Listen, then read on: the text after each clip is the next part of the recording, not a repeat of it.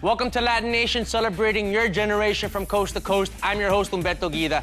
And it's about time Latinos thrust themselves into the center stage where we belong, because nobody's gonna do it for us. Now, kicking off today's show is a man who has definitely taken it upon himself to stand front and center in his sport. He is Southern California's El Cucuy, AKA the mixed martial artist known as Tony Ferguson. Now, we have had the pleasure of chronicling Tony's rise up the ranks of the UFC here on the show, and now the man is on a 9-fight winning streak. He's also attained the interim lightweight belt.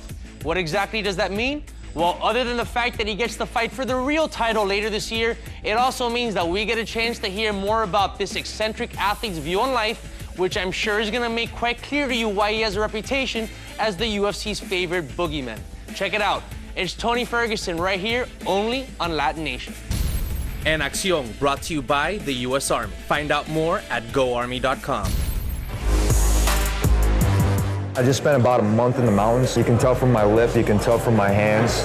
I got cuts, small little bruises here and there. So this whole entire trip, all I did was just kick steel poles, beat the shit out of myself, and really push myself to the limit. And it wasn't gonna matter who it was. I could be fighting for Doom for a title and I'd kick this guy's ass.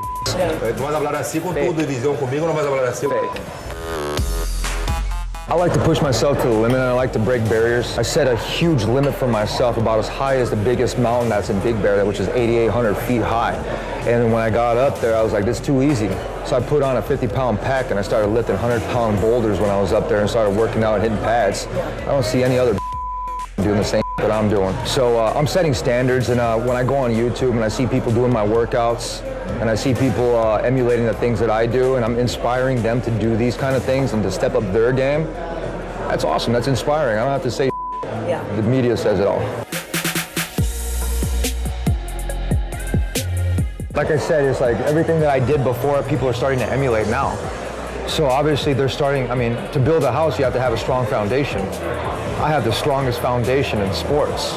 I played football, baseball, and wrestling. I had to think fast, hit hard, and be able to adjust on the fly. And for me, like, when you get bored of everything like that and you've mastered the basics, you start to expand the basics. So when people say that it's weird or strange, they said the same thing about Eddie Bravo. And they said the same thing about mixed martial arts. It's never gonna make it. It's just too whatever it is. It's not good enough for whatever it is. And now look at it, it's a multi-million, billion-dollar establishment.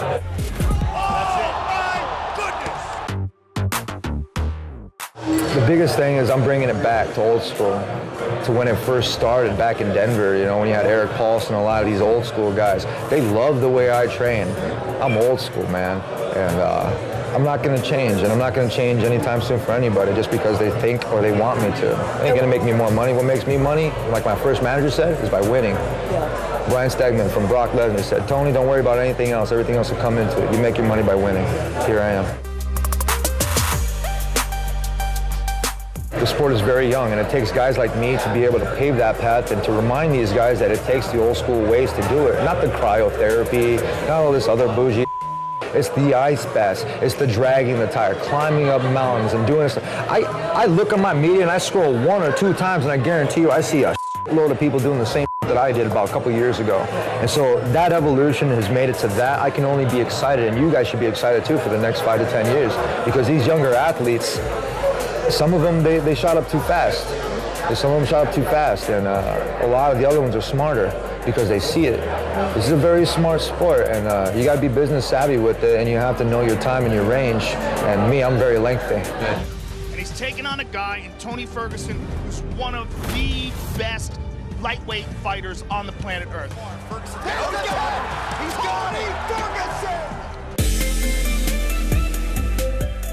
I'm not here to play this game. I'm not here for you guys in the media. I'm here for one reason. It's to remind you that this is my show.